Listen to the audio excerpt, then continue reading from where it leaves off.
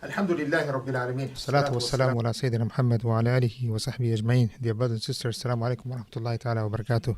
And welcome to Islamic Oasis Live.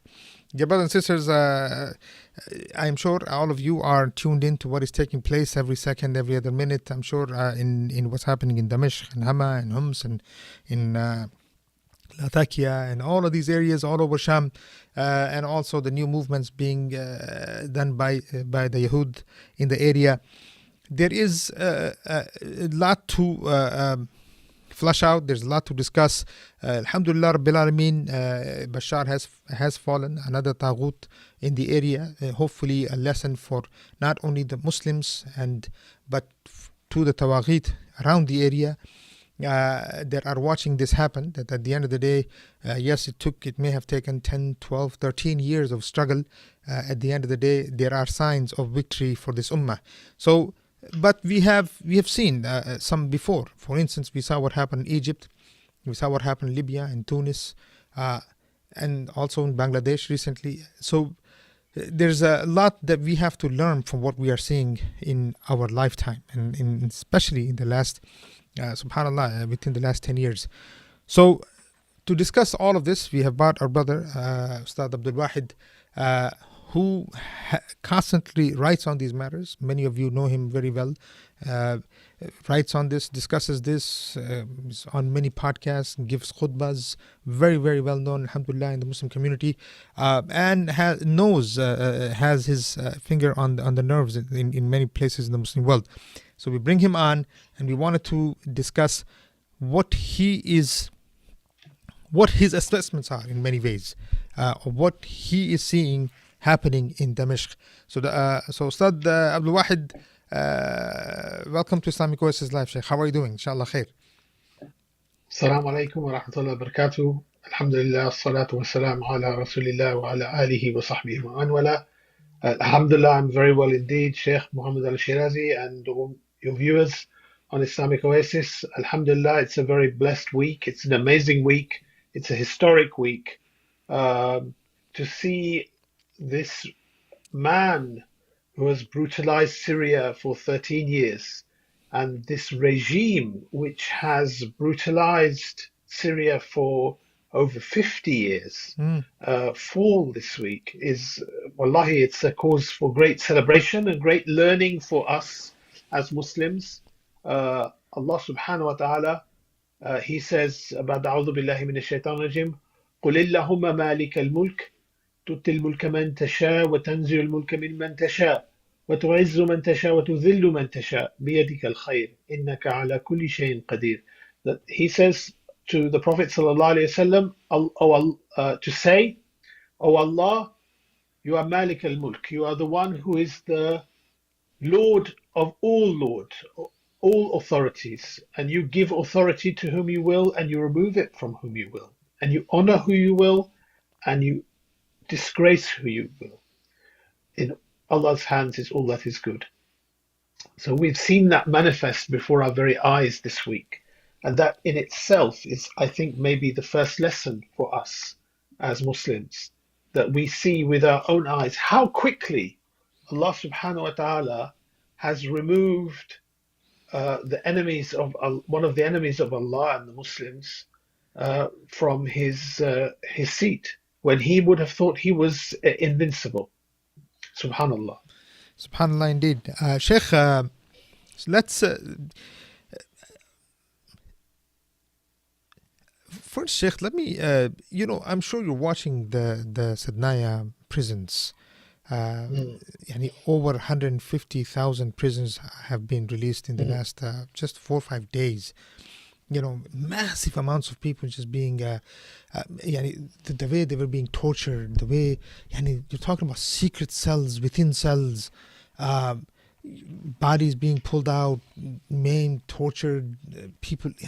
Sheikh, it's one thing that you don't like Islam, you don't want Islam in the region, you don't want, there are many of those, even obviously Western countries, that they don't want to see Islam, things like this. But Sheikh, this kind of torture, this type of Sheikh, did Fir'aun even do this type of killing and torturing and I mean, literally, they're finding walls and then metal casings, and then behind them there are people. It's craziness, Sheikh. Subhanallah. With those of us, I've been following Syria for maybe 30, close to 30 years now, and we always knew it was one of the worst regimes in the Muslim world. We always knew it was one of the worst security states. I used to meet brothers from Syria who would visit here to study. They would not talk openly in front of any other Arab because their fear of informants Mm, informing the regime about their personal views was so great. They would not talk anything political or Islamic in front of other Syrians or other Arab people because there was such a level of mistrust. Maybe they could talk to somebody from Pakistan, somebody from India, somebody from Bangladesh, but really from amongst other Arabs, the fear was so great. And we always knew that this was a regime that tortured. During the War on Terror, we learned that this was one of the centers where the CIA used to send people in their rendition program, i.e., right. people they would capture in Afghanistan and Iraq, and where they wanted them tortured to get intelligence, and they were not allowed to do that in the United States. That one of the places they would take them to was Syria. Why? Because they had expertise like nobody else. But when you see the images coming out in the last couple of days, it is horrifying, even for those people who have been following this closely. It is really hard to get your head around it.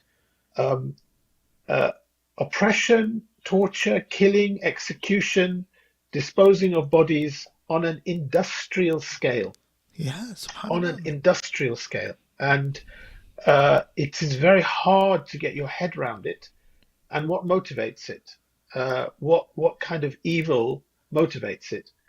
I will say a second lesson that people need to learn is you cannot keep control by force and by power indefinitely. Mm, The Assad regime has ruled by fear, ruled by force, not ruled by thought, ruled by ideas, ruled by principle, ruled by rule of law. No, it's ruled by fear, and and you cannot do that indefinitely. And this is why when we say the tyrants around the world need to look at this and see that all of their days are numbers, really. Why? Because to rule like this is impossible. You cannot keep control in this way indefinitely. In the end, you will lose control because you are literally just trying to control people through fear, and that is not a long-term solution for any state. And I would say lesson number three from this is this is only the case in Syria because it is an artificial state which is just created after World War One. Bilad al-Sham, what is today Syria, Jordan, Lebanon, mm, Palestine, was known as Bilad al-Sham, a whole region which was part of the Uthmani Khilafah for hundreds of years, and before that the Abbasid Khilafah, and before that the Umayyad Khilafah, and before that actually Khilafah Rashida. That land came into Islam in Khilafah Rashida, and that 1,300-year history was replaced by the Sykes-Picot Accord, where the Middle East was divided up after World War One into these artificial states. So when you look at the history of Syria over the last century, you see, first of all, a fake king brought in by the British, removed so the French can install a compliant regime, and then coup and counter coup over the decades between the British, the French, and the Americans ultimately as well, mm. uh, ending up with the Ba'athist rule of Hafiz al-Assad, the father of Bashar. And when you have a state like that with artificial governments that don't represent the people, that don't represent the beliefs of the people, you will end up only being able to control by fear and this kind of thing. So uh, this is another big lesson for us. The Middle East is full of fake states which can never thrive and succeed in the long run.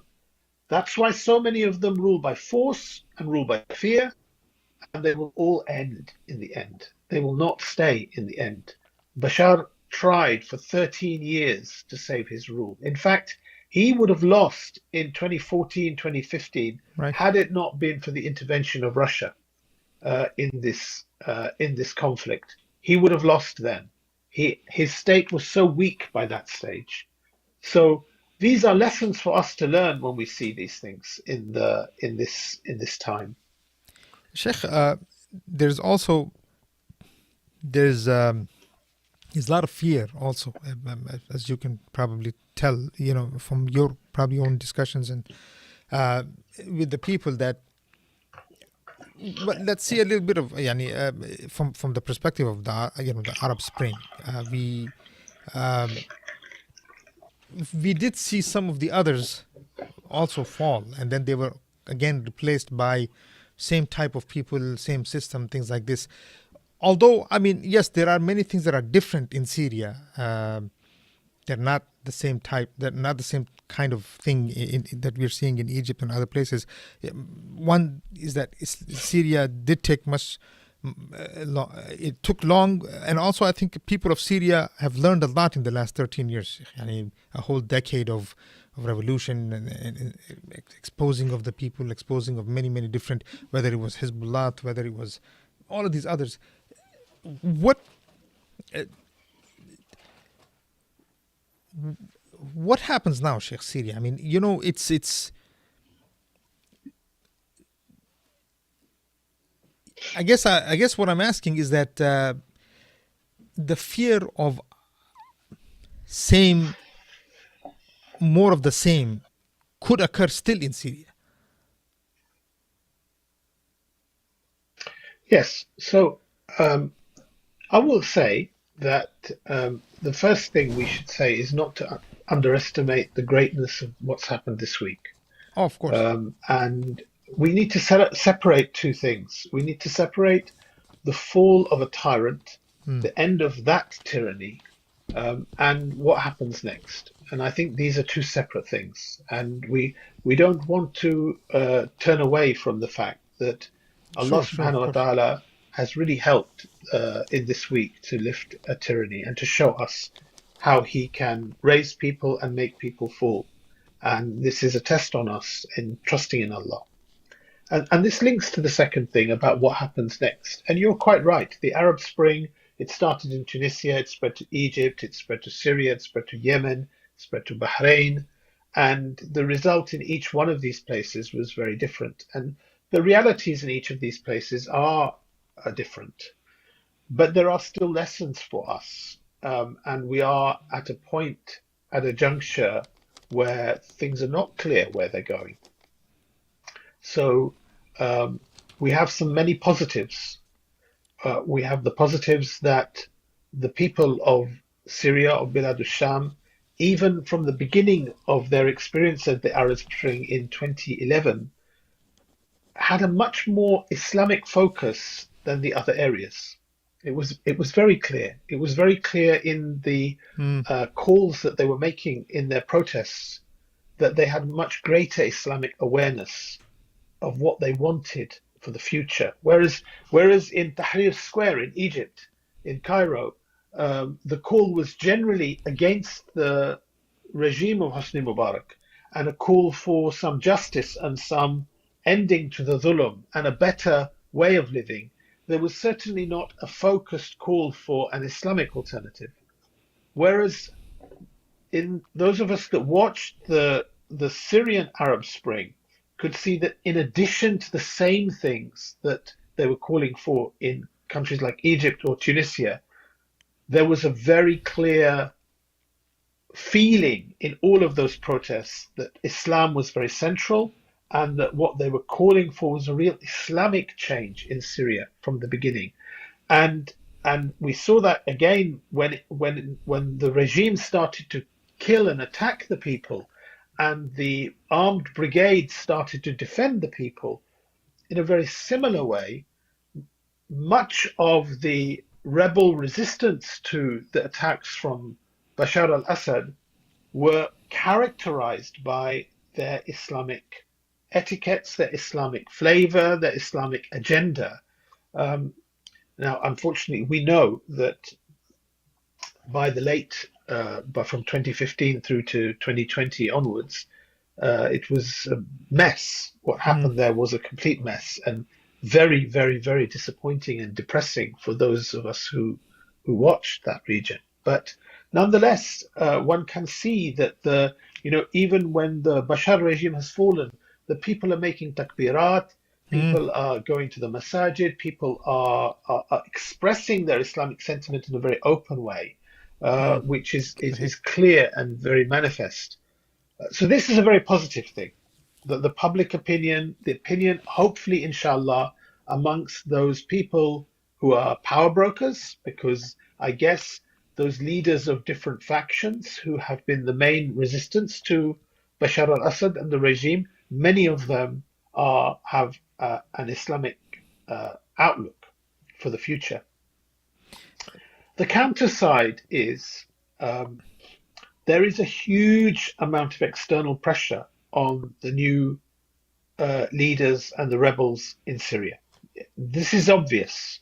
This is very obvious because why? With a series of carrots and sticks, threats and enticements. So you have seen just in the space of the last 10 days so much evidence of the external pressure, whether it's from Turkey, who have who you can see how they have operated in the last 10 days, whether it's from the United States and the reaction they've had, and in the Western powers and the kinds of language they're using. Just this evening, I saw that Anthony Blinken, the Secretary of State of the United States, he basically said that he is willing to recognize a new government in Syria if it meets certain criteria, if it meets criteria of being inclusive and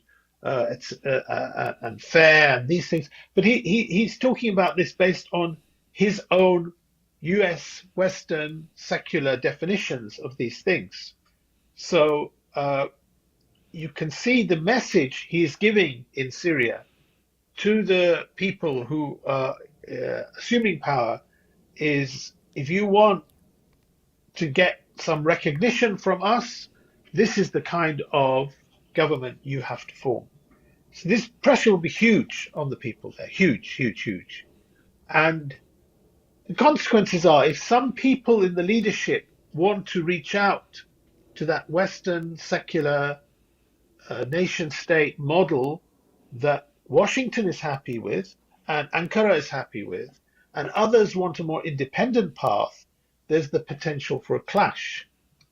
And here, we have seen real disasters in Libya, and what can be done when different factions take different sides and external actors are fueling the fitna, like they do in Libya, and that would lead to more conflict. If you hear the messages that we're going to have open elections and this sort of thing, well, when we look to the example of Mohammed al-Morsi in Egypt, and the fact that the deep state hadn't changed, so to have elections in a secular model was what they were allowed to do, and the deep state hadn't changed. So 1 year down the line, there was a counter coup and the incumbents were the elected government of Mohammed al-Morsi was thrown out and imprisoned, and he eventually died in prison. May Allah have mercy on him. I mean, But what you can see is a lesson here for me. A lesson here for me is that really, if you did it for Allah, if you gave your sacrifices for Allah, and in the end, you did not decide to rule by what Allah has revealed. You did not decide to implement the sunnah of His Prophet ﷺ in the ruling, in the politics. Then, sadly, you see it's a failure. It's a spiritual failure and it's a political failure in every single other country of the Arab Spring. So if you wanted to learn a lesson, your lesson would be, how do I make it for Allah? How do I really show that what I have done has been for Allah subhanahu wa ta'ala, the one, the Malik al-Mulk, who made low your oppressor, who made low Bashar al-Assad and his regime. So if you don't have that mindset from a spiritual perspective, and if you don't have the understanding from a political perspective that actually you will, you could walk into the same traps in Egypt or in Libya or in other places, then unfortunately you will not have the outcome that we hope and we pray the people of Asham deserve. Sheikh, let me. I'm I'm just gonna put it out there. So I just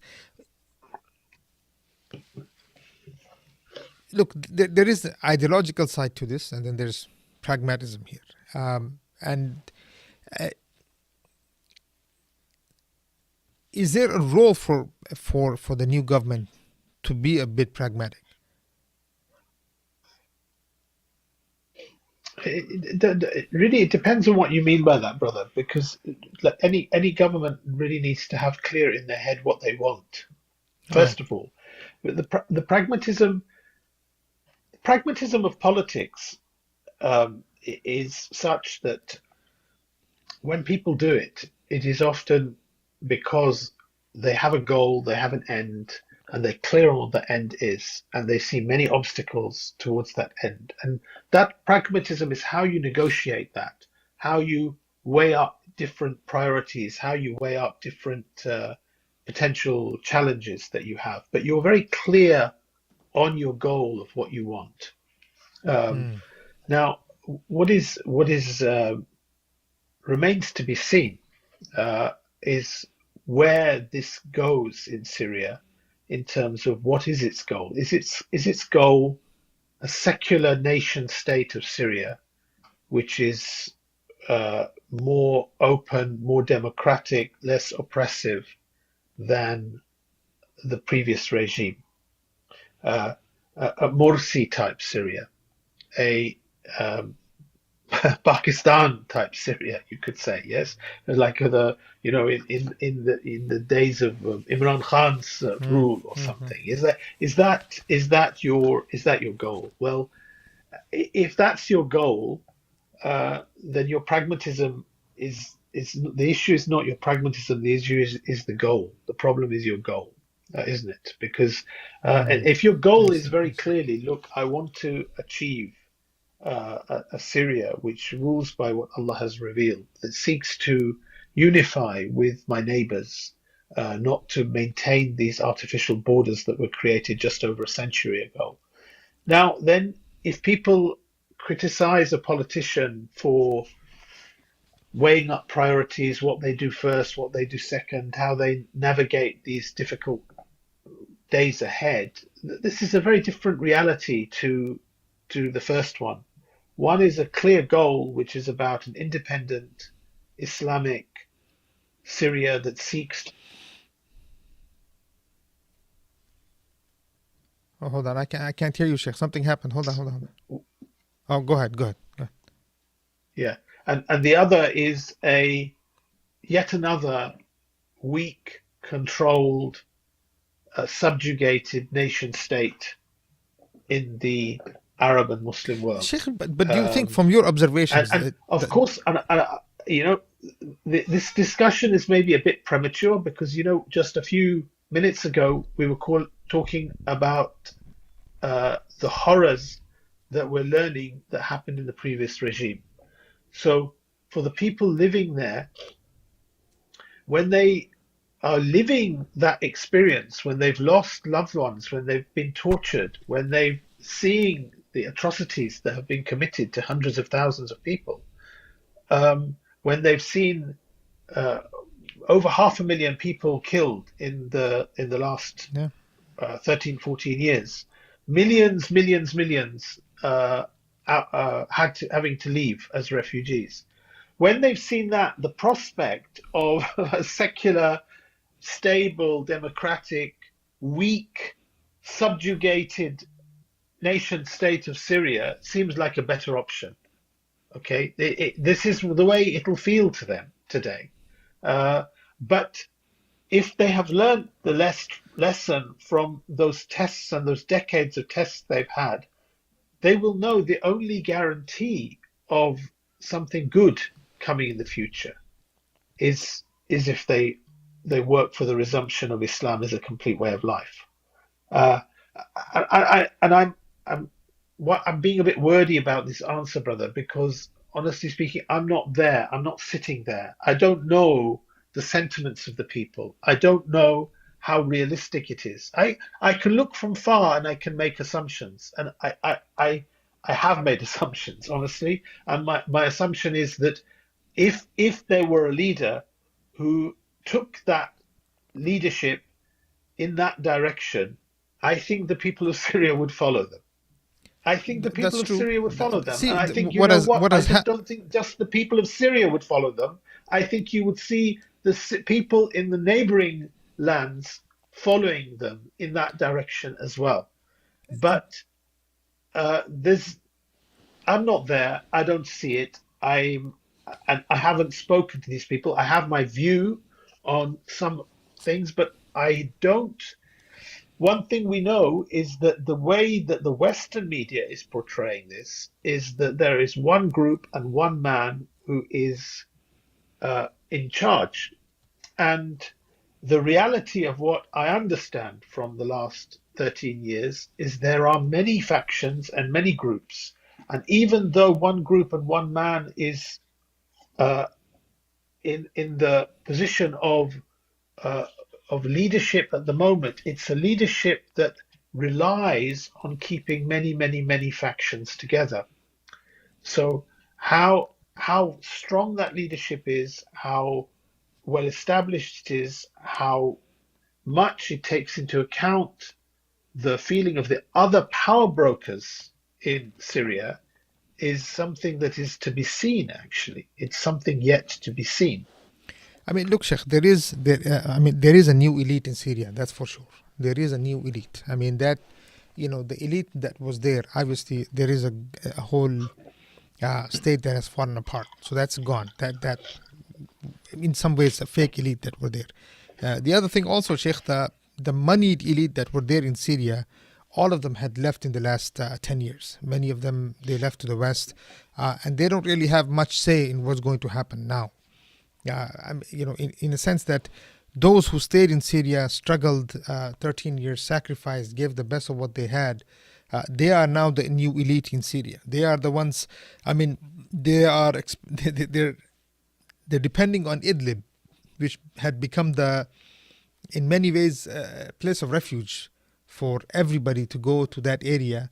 And it's not a surprise that all the same type of,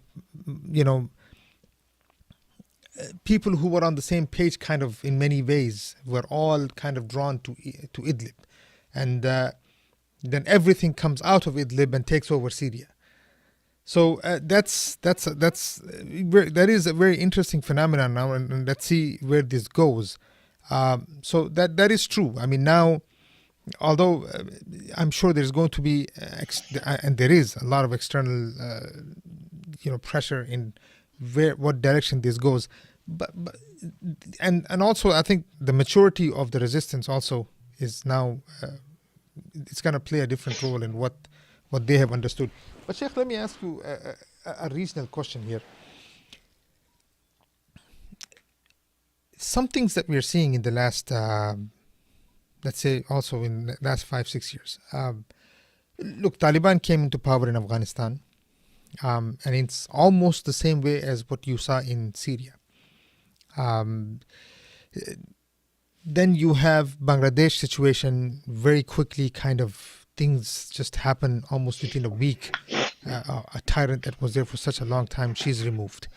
And now in Syria, and we may see this happening in Egypt soon. We may see this happening in Saudi. Who knows? I mean, there's a lot of that can happen.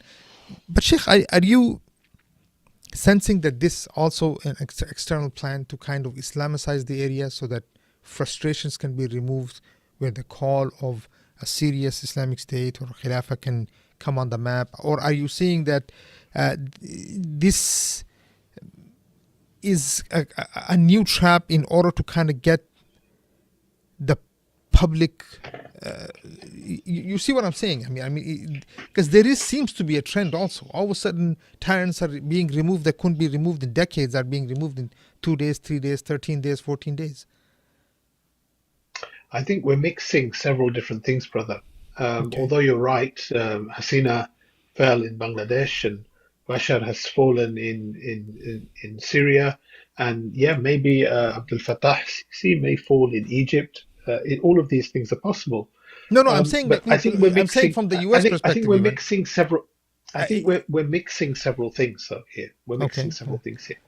Um, there is the United States would like if the Middle East was full of stable, compliant regimes.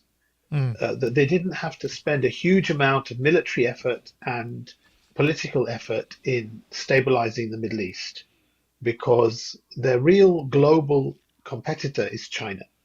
And so certainly under the Obama administration, there was a shift away from the Middle East towards China. And this is one of the reasons why, when Putin first went into Ukraine during the Obama administration, the Americans, even though they were allies to Ukraine, and even though they had promised to be guarantors of Ukraine, they never acted to help Ukraine at that time. In a similar way, when the Arab Spring kicked off in the Middle East, and this revolution kicked off in Syria, the Americans didn't want to get bogged down in that.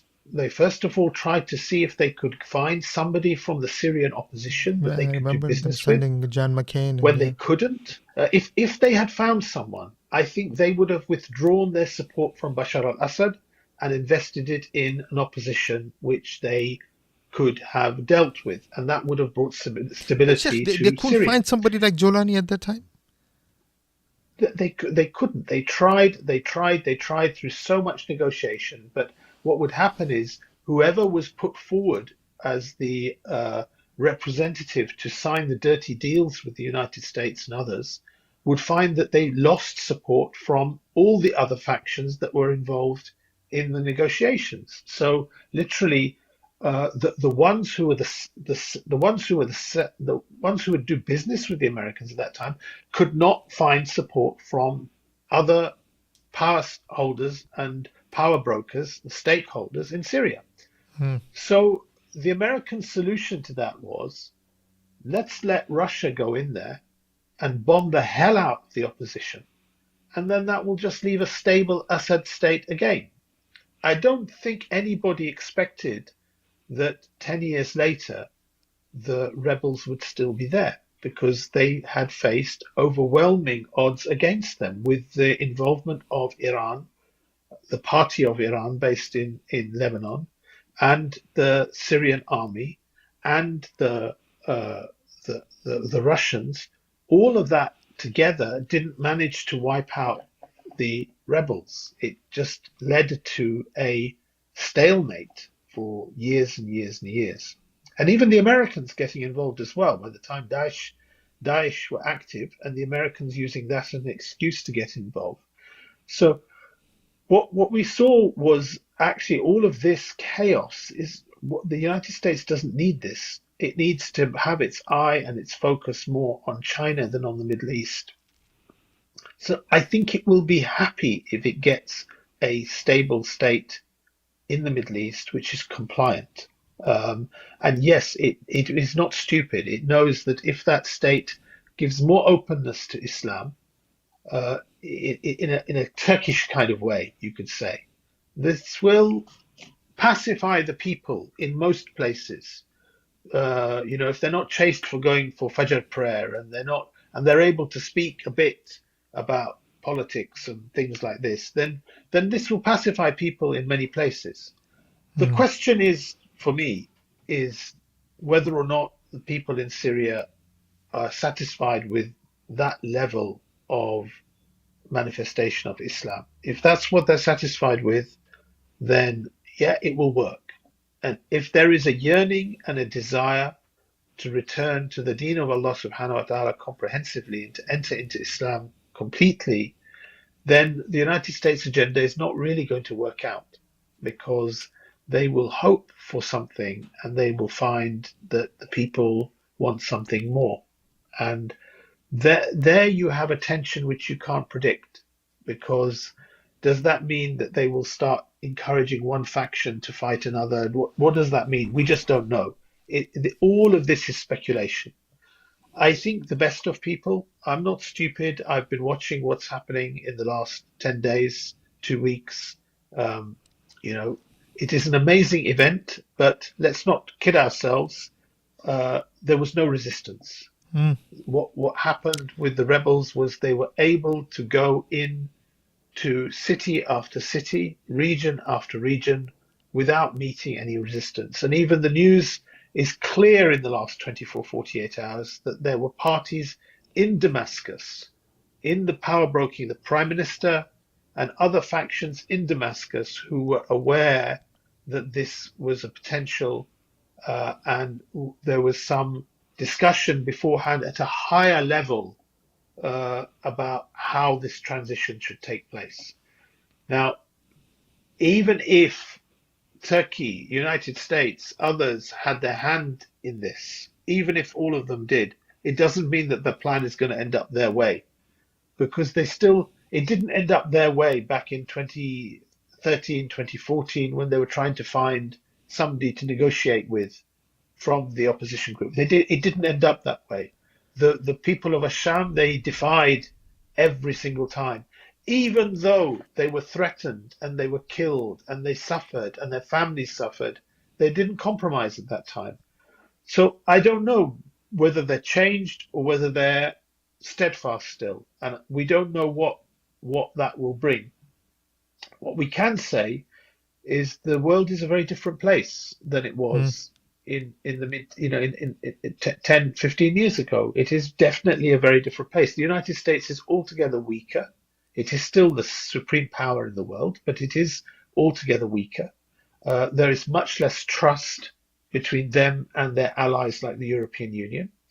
The new president, Trump, is a known quantity. He does not like to interfere in different parts of the world. And so he will choose his battles outside of the United States very carefully.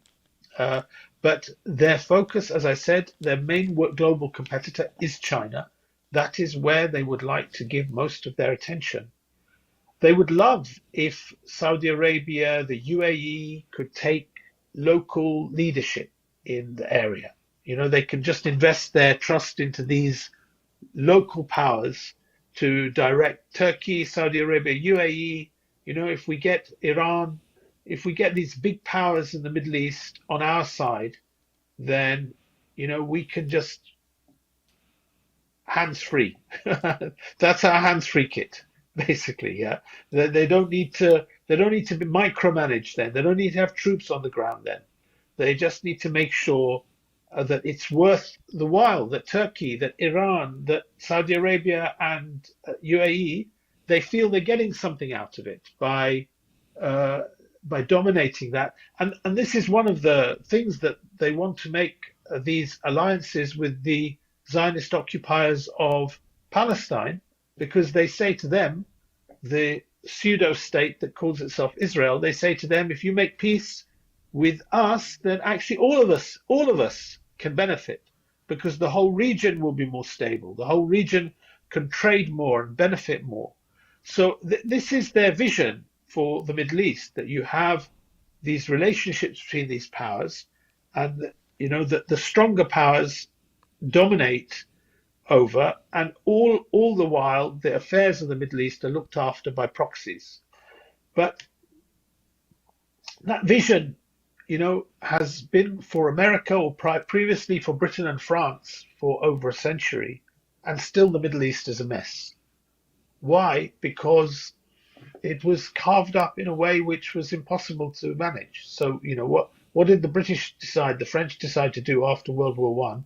Carve it up, put in compliant rulers there. They didn't want to have their troops on the ground indefinitely. They wanted to have colonial proxies there to manage the affairs of the Middle East, including the Zionist occupation. and it didn't work. There is no stability in those states in the Middle East at all. So 1 century later, we are exactly where we were 100 years ago, only just in different faces. And so I know what the American plan, what they would like to see, and what they would like to see in Syria going forward. But I trust in Allah subhanahu wa ta'ala, because actually the lesson of history shows us the Americans, and before them the British and the French, have not managed to achieve what they wanted in the Middle East for this long. They still haven't got to a stage where they can manage it to their interests in a way that they feel is stable. It's not. It's not. Sheikh, It's just still not. And there's too many variables at the moment going forward in Syria. I think there are some things the new regime has done which are very welcome, but you know, I don't want to be overly no, of critical course, in the time will first tell. few There's a lot to days, that's but you know, time will tell. time will tell. But Time will there are, tell. you know, there are, and we are very reliant on the way some of these things are being reported in the West. So we don't always know whether or not they are reported with true accuracy. Um, and I keep saying this, we don't know what the reality is on the ground. We really don't know how much power is concentrated in a few people and how much power is currently being shared across many factions. We just don't know that because we are not there. We have That's no true. sense of that. I heard the journalist Bilal Abdul Karim about 10 days ago interviewed on a podcast, and he made this point. He said, look, this surge that was coming out of Idlib towards Homs, towards Halab, he said, you know, this was an initiative which, although one group, HTS, is at the front, it is a large number of groups that are working together on this. It is not just one group. So, you know, when he said that, he is on the ground. His media organization is called On the Ground News. Right. So he made this point that there is this large number of factions which are all moving together. And in fact, I've even heard reports that said that the original plan was really just to take Halab and Homs, That's true. That is true. and actually there were other factions that said no, now is the time to go forward and go to Damascus, all the way to Damascus. So and the previous agenda was, you know, if we can take Halab, if we can take some other areas, then maybe we can work out a deal where part of Syria is partitioned between the rebels and the Assad regime, and that will bring a different ceasefire line, basically. But this was not agreed by Assad, and also the opportunity from the other groups to go right into Damascus was there. So, you know, I think we cannot speculate too much about going forward. We should learn the lessons, though, of the past. The Arab Spring was a moment of great hope in 2011, 2012. And in country after country, those hopes were dashed. And where, like in Tunisia or where, like in Egypt, they adopted a secular model, secular, Muslim nationalist, the Islamists, if you like, the Islamic people, they became Muslim nationalists. They became Tunisian Muslim nationalists or Egyptian Muslim nationalists. So they were not like pushing for Islam. They were just pushing for a more open, more democratic country, which was you know, more tolerable and palatable to the West. But they got kicked out themselves, and those countries are in a mess now. And those revolutions and those uprisings have not achieved anything. So those lessons definitely are lessons to be learned. And as I say, they're both political, because if you don't learn the lessons of what happened and what other people have done wrong politically, you will not learn. And they are spiritual, meaning if you don't adopt the deen of Allah subhanahu wa ta'ala comprehensively, then don't be surprised if you end up in a mess. because you want the help of Allah, you have to turn to Him, His Sharia, the Sunnah of the Prophet ﷺ, in your governance, in your economy, in every way. If you don't do that, then don't be surprised if you end up with problems. Sheikh, last question here. I know you have to be, time is an issue. Just last, from again, these are my observations, and it is true what you were saying. The original plan was not to go all the way to Damascus. It was to take parts of Halab, the 30-kilometer, the whole buffer zone with Kurds, this, that, and the other.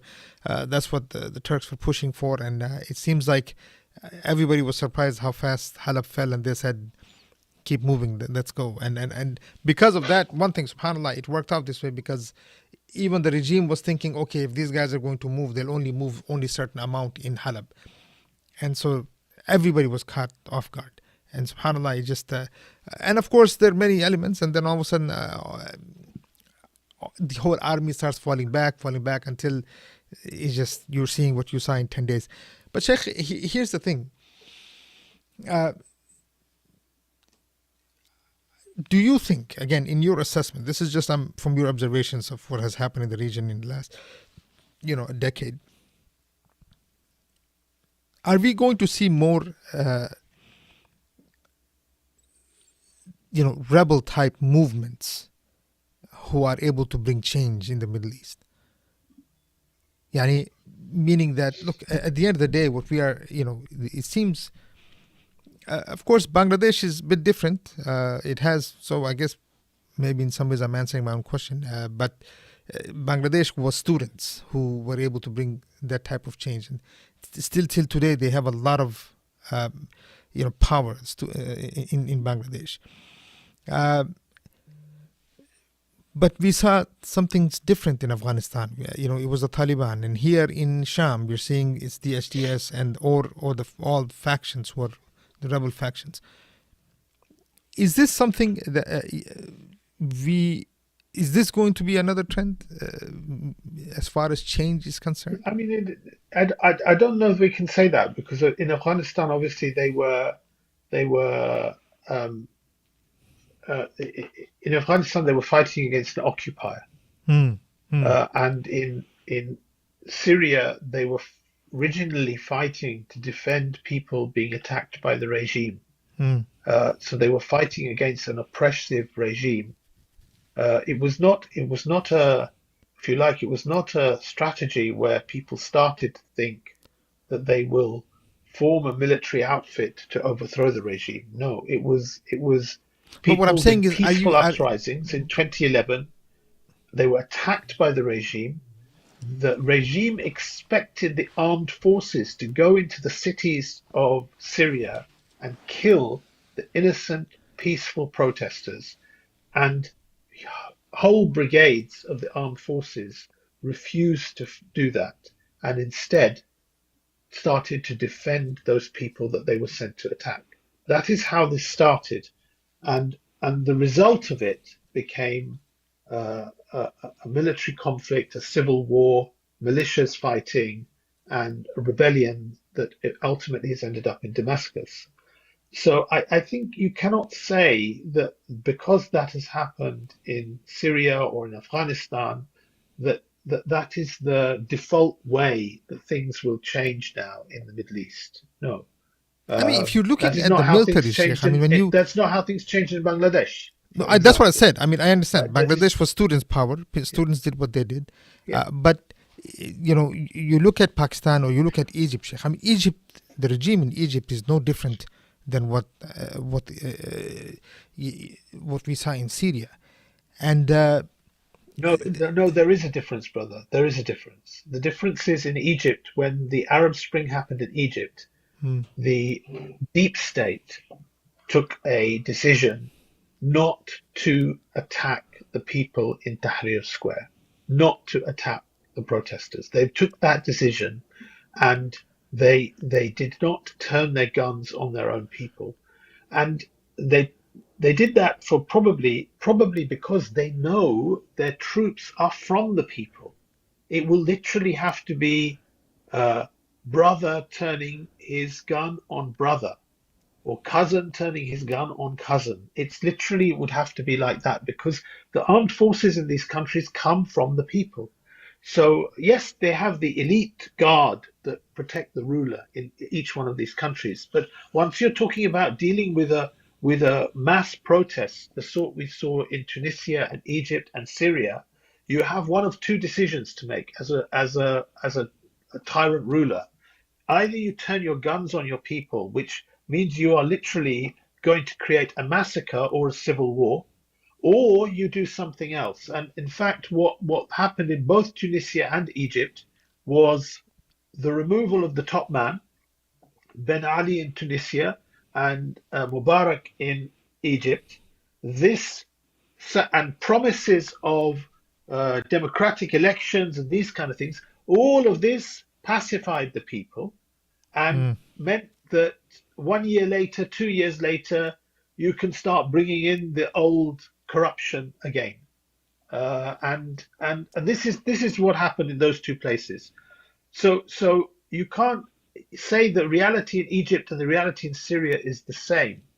Uh, if the Egyptian regime started attacking its people and factions of the military turned against the people, turns against the regime, yeah, you will have a reality like that. But at the moment, you don't. And the other thing to say is, in any such conflict, there's never just the different factions fighting that you have to factor in. Each faction relies on arms. You know, one of the lessons of this Gaza crisis, this war on Gaza, is that the Zionist occupiers they can't fight this indefinitely without getting arms and supplies from elsewhere. So literally, you know, that in 1 year, how many times have they had resupplies of heavy weapons and arms from the United States and others? Several times. So if those countries, Britain, the United States, everyone else, Europe, everyone else who sells them arms to kill the people in Palestine, stopped doing that, in the end, these people would run out of ammunition and hardware to commit the crimes they're doing. Such is the case in a war. Somebody is usually behind each side. So, you know, the conflict in Sudan has backing from Saudi on one side and UAE from the other. In Syria, the regime, the Assad regime, was getting backing from Iran and from Russia, and the rebels were getting backing from Turkey and some other Arab states and stuff like this. So it was never a decisive thing. It was never going to be an altogether decisive thing. So I don't think you can start saying that this is a way which, in the end, this is what's going to happen. It's not. It's not. It's not the right way. It's not the way that actually. It's not a very efficient way. So even No, if you that's look for at sure. I mean, Afghanistan, now even Syria has gotten a yeah, you country look that's at completely Afghanistan. destroyed. What they achieved against the Americans is literally they wore the Americans down over 20 years, Mm. right? That isn't an efficient way to assume power. Um, and it's not even, you know, like we can debate this another time. It's not even necessarily the right way from a Sharia perspective, No, no. like Of course, I just to understand. be attacking the regime and stuff. you know, because there's a lot of questions like this come up in the minds of the people. You know, Yeah, that when they are seeing what they are seeing in a lot of places, and I'm sure I yeah, am almost 100% sure, Allah Alam yani, but that a lot of people who are watching the Middle East, you know, and are tired of the tyrants that they're seeing across, and they're seeing, okay, look, if they have not studied things the way, let's say, you know, you have, or other political observers and people who study the Sharia, things like this, they may look at this thing and say, it looks like this is the only way. I mean, for them, they're going to look at Syria if they don't understand where the backings come from, where do the arms come from, who supplies who, all of that. They could look at. I'm sure there are groups like that in Egypt that are watching this very closely. There are groups like that in Saudi that are watching this very closely. I'm sure. Even Pakistan. I mean, Pakistan, you're already seeing a civil war. It's just not being called a civil war.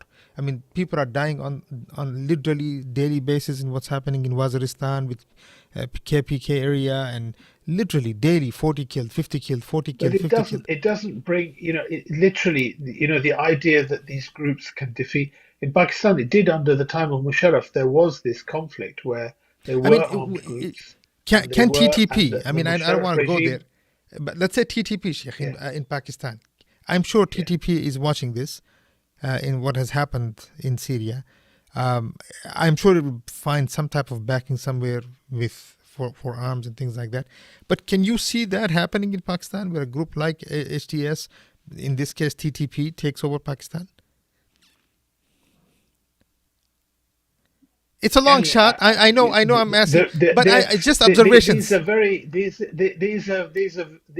are very hypothetical questions, brother, which rely on certain convergence of many different factors, It's right? true, true. So you know, if you say that these armed groups are looking at what happened in Syria and thinking, oh, can we achieve this where we are, whether we're in Pakistan or in Bangladesh or in another country where there's the answer is in the reality of Pakistan today, the reality of Bangladesh today, no, that's a fact because what motivated these armed groups in Syria to stand up was the prospect of a mass slaughter against civilian peaceful protesters that were the ordinary people in their hundreds and thousands, Mm, right? That was their motivation to stand up, and that was the motivation for ordinary people from these cities of Halab and Homs and Dera to join these brigades, ordinary young men to join these brigades, because the motivation was it was literally join them or else we are going to be wiped out. And the mm. next 10 years, 12 years, 13 years became basically a uh, military conflict, a civil war, if you like. That's what it became. It was not by design that these people sitting in these places thought, oh, you know what? This is what we have to do. This was not a design that they thought this was the way to take out the Assad regime. And I don't think anyone thinks like that when it's against the odds like that.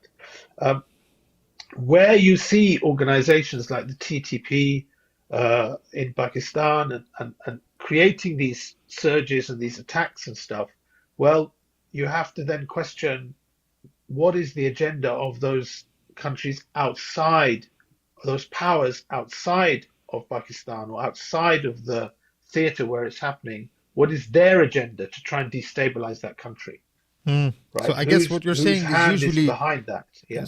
in these cases where there is this type of rebellion, that the things that can bring the change, not what happened in Syria. Because it seems like in Syria you're Absolutely. And saying, similarly in Afghanistan, mm.